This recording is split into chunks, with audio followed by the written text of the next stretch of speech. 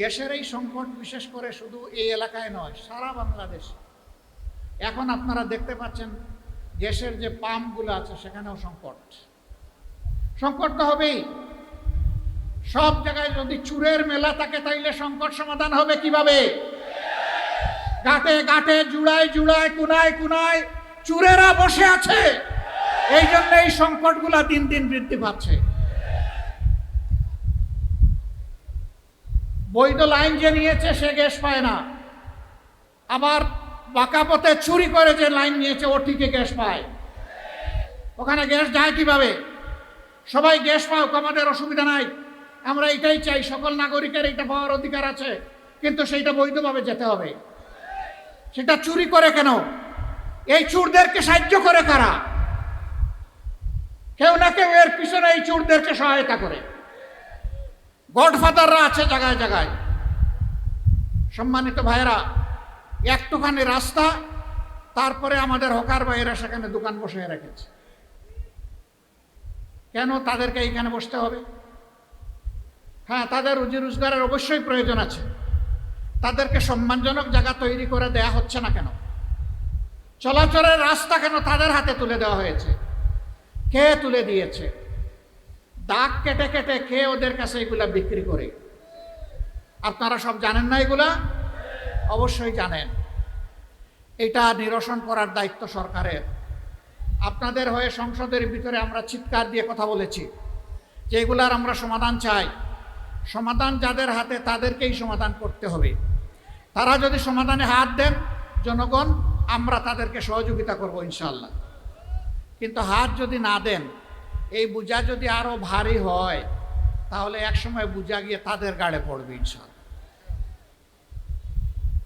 সম্মানিত ভাইয়েরা, আজকের সাবজেক্ট এটি নয়। আমি কার্যত দুঃখ প্রকাশ করতেই দাঁড়িয়েছিলাম যে ওই সময়টা যে আমি সাথে সাথে রেসপন্স করতে পারি নাই। পরে এসেছি, আস্তে আস্তে অনেকটা সমাধান হয়ে গেছে। তারপরে আলহামদুলিল্লাহ ওই পানি চলে গেছে। কিন্তু পানি যে আবার আসবে না তার কোনো গ্যারান্টি আছে? কারণ নদী না, এখানে নালা নর্দমা যেগুলো আছে, ড্রেন যেগুলো আছে, অবস্থা তো যা ছিল তাই রয়ে গেছে। আমাদের লোকেরা সাময়িক কিছু কাজ করে একটু পরিষ্কার করে দিয়েছে, এটা তো সাময়িক উপশম। এর স্থায়ী সমাধান হতে হবে ইনশাআল্লাহ। আমরা লেগে আছি, আপনারা দোয়া করবেন। আজকের বিষয় হচ্ছে জুলাই 24। জুলাই এসেছিল এই দেশের জনগণকে খুন, গুম, হত্যা, দর্শন এবং আয়নাগর থেকে মুক্তি দেওয়ার জন্যে। বহু রাজনীতিবিদ একসাথে জেলে ছিলাম। 24 সালের নির্বাচনের নামে যে প্রহসন হলো আমি আর ডামি, সেই সময় আমরা জেলে, বিএনপির সিনিয়র নেতৃবৃন্দ আমরা একসাথে। নির্বাচন যখন হয়ে গেল, জানুয়ারির 7 তারিখ না 4 তারিখ ভুলে গেলাম, 7 তারিখ, এই নির্বাচনের পরে সবাই আমরা একসাথে বসলাম, আমার রুমেই বসলাম। কি করা যায়? অনেকের কণ্ঠে হতাশার সুর, কিছুই হবে না, ওরা 41 সালের কথা বলেছে, ওই পর্যন্ত মেরে কুটে ওরা থাকবে, আমাদেরকে দীর্ঘমেয়াদী পরিকল্পনা নিতে হবে। সবাই হতাশ। আমি বলেছিলাম লা তাকনাতু মির রাহমাতিল্লাহ, আল্লাহ তাআলার রহমত থেকে হতাশ হওয়ার কোনো কারণ নেই। আশাবাদী হন, শক্তিশালী হন। নেতারা জেগে থাকলে জনগণও জেগে থাকবে ইনশাআল্লাহ। আপনারা হতাশ হলে জনগণ ভয় পেয়ে ঘরে ঢুকে যাবে।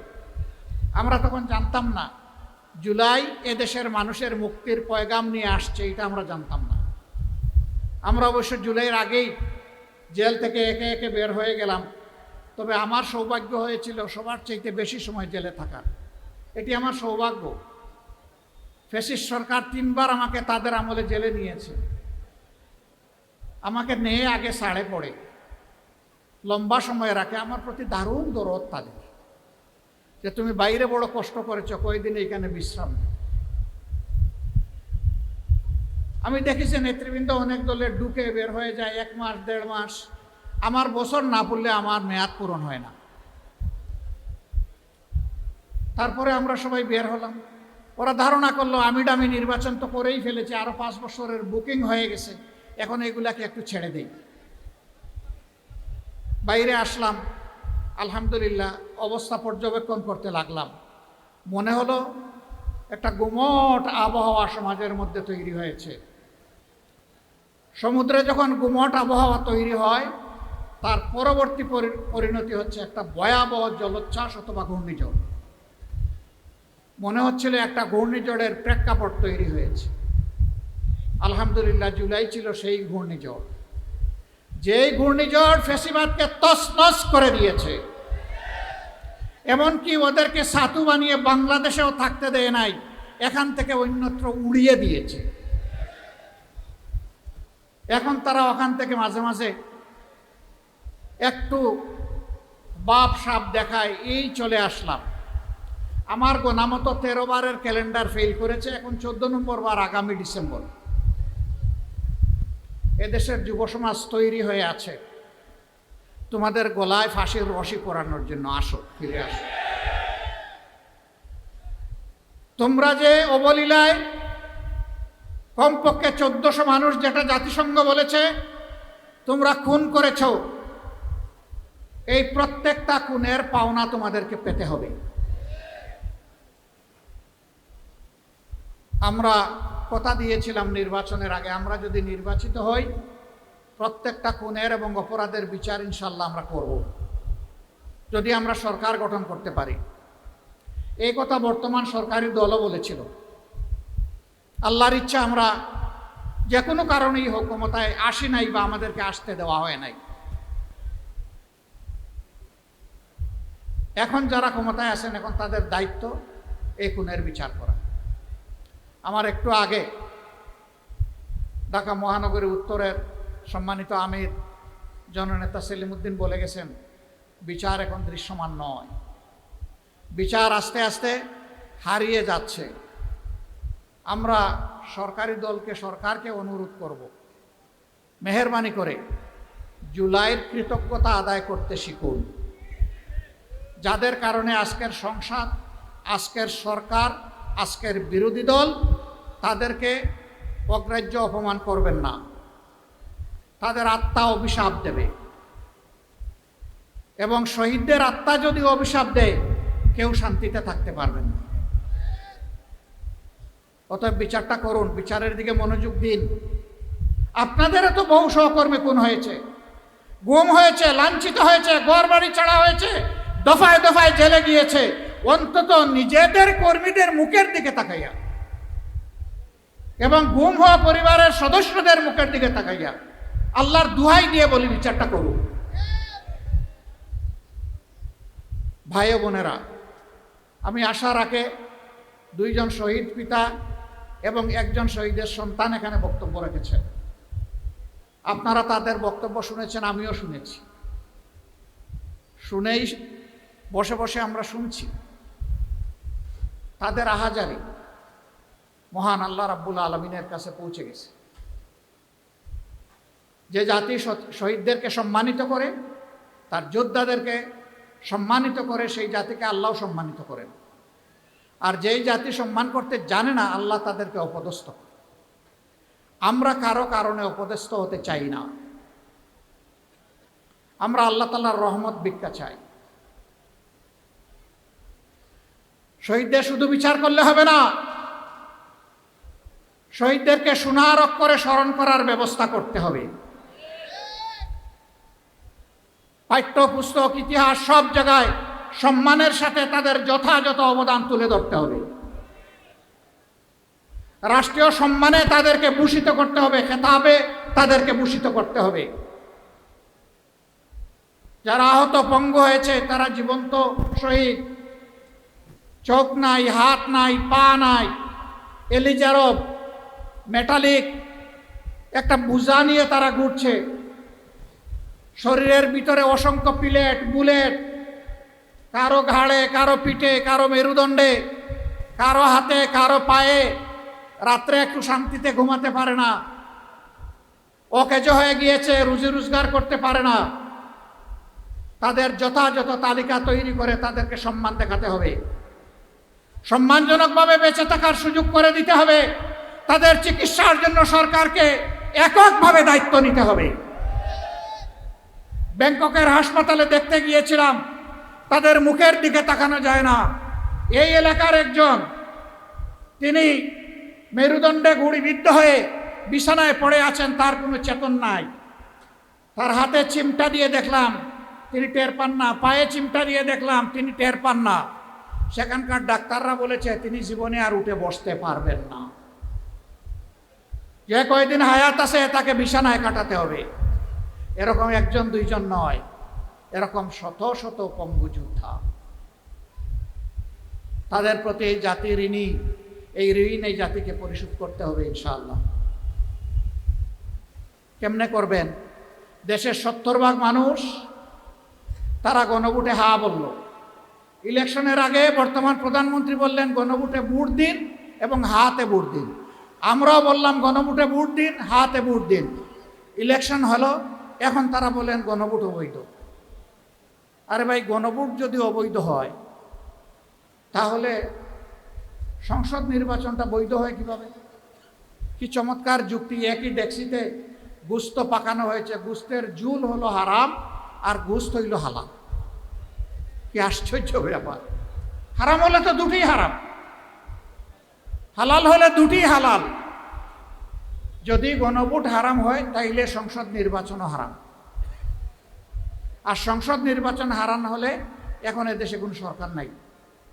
আগে যারা ছিল এরা পালাইয়ে গেছে, আর এখন যারা আছেন তারা তাদের বক্তব্য অনুযায়ী বৈধ নন। তাহলে দেশটার কি হবে? হ্যাঁ, doctrine of necessity and will of the people বলে যে কথা আছে, যে এটা হচ্ছে সংবিধানের উপরে এর পজিশন। ওই বৈধতার বেলায় ইন্টারিম গভর্নমেন্ট হয়েছে, এরপরে নির্বাচন দুটো হয়েছে। ওই নির্বাচনের শপথ দুইটা নেওয়ার কথা আমরা নিয়েছি, ওনারা একটা নিয়েছে। আমরা সরকারকে অনুরোধ করব, মেহরবানি করে জনগণের রায়কে অপমান করবেন না। জনগণের রায়কে যারাই অপমান করেছে ইতিহাসে তাদেরকে কঠিন মূল্য দিতে হয়েছে। আপনারা দেরি হয়েছে, অসুবিধা নাই, মেনে নেন। এই জনগণকে সম্মান দেখালে জনগণও আপনাদেরকে ধারণ করবে, সম্মান দেখাবে। কিন্তু জনগণের মুখোমুখি হয়ে গেলে, এই রায় অগ্রাহ্য করলে, শুধু দলীয় স্বার্থে, গোষ্ঠী স্বার্থে যদি এই রায় অগ্রাহ্য করেন, জনগণ অতীতেও কাউকে ছেড়ে কথা বলে নাই, আগামীতেও ছেড়ে কথা বলবে না। আমরা সংসদের ভিতরে লড়াই করে যাচ্ছি এবং বাইরেও লড়াই করে যাচ্ছি। আজকের এই আয়োজন সেই লড়াইয়ের অংশ। আমাদের লক্ষ্য অর্জিত না হওয়া পর্যন্ত, জনগণের মুক্তি অর্জিত না হওয়া পর্যন্ত, ফ্যাসিবাদের শেষ চিহ্ন বাংলাদেশ থেকে বিদায় না দেওয়া পর্যন্ত ইনশাআল্লাহ তাআলা লাজিম আমাদের লড়াই অব্যাহত থাকবে। আমরা এখান থেকে বিশ্রাম নেব না। এই মিরপুরের বিভিন্ন রাস্তা আছে, স্থাপনা আছে। মিরপুরে যারা 16 তারিখ প্রতিবাদ এবং প্রতিরোধ গড়ে তুলেছিল, জুলাইয়ের 17-18 তারিখ প্রতিবাদ বিক্ষোভে ফেটে পড়েছিল, আহত হয়েছে, গুলি খেয়েছে, শহীদ হয়েছে। আর যারা 3, 4 এবং 5 আগস্ট এই মিরপুরে ইতিহাস সৃষ্টি করেছিল, তাদের নামে আমি আজকে প্রস্তাব করতে চাই মিরপুরের বিভিন্ন স্থাপনা, সড়কের নামকরণ করা হোক। অন্তত এটুকু স্মরণীয় হয়ে থাকবে। তাদের আপনজনরা ঘর থেকে বের হলে ওইটুকু দেখলে বুঝবে যে এদেশের সরকার এবং জনগণ তাদের আপনজনের ত্যাগকে মূল্যায়ন করেছে। আপনারা কি এটা চান? যারা হাত তুললেন না তারা চান না? মানে হাত সবাই তুলছে আর কি, একটু দেরি করে। তার মানে আপনারা সবাই চাচ্ছেন। আমরা সরকারের কাছে এই দাবি জানালাম। সরকার যদি এটা করে, মোবারকবাদ। আমরা বলেছি সরকারের সকল কাজে ধন্যবাদ দিব, অভিনন্দন জানাবো। খারাপ কিছু হলে প্রতিবাদ করব, শক্তি থাকলে প্রতিরোধ করব, এটা আমাদের অঙ্গীকার। যদি সরকার এটা করে আলহামদুলিল্লাহ, ধন্যবাদ জানাবো। যদি না করে, আল্লাহ আমাদেরকে কোনো সময় তৌফিক দিলে আমরা করব ইনশাআল্লাহ। প্রিয় মিরপুরবাসী, আমি আপনাদেরই একজন। আপনাদের সুখে দুঃখে আপনাদের সাথে লেগে থাকা আমার কাজ। আমার পরিচয় দেওয়া হয়েছে যে আমি জামাতে ইসলামের আমির, আমি সংসদে বিরোধী দলীয় নেতা।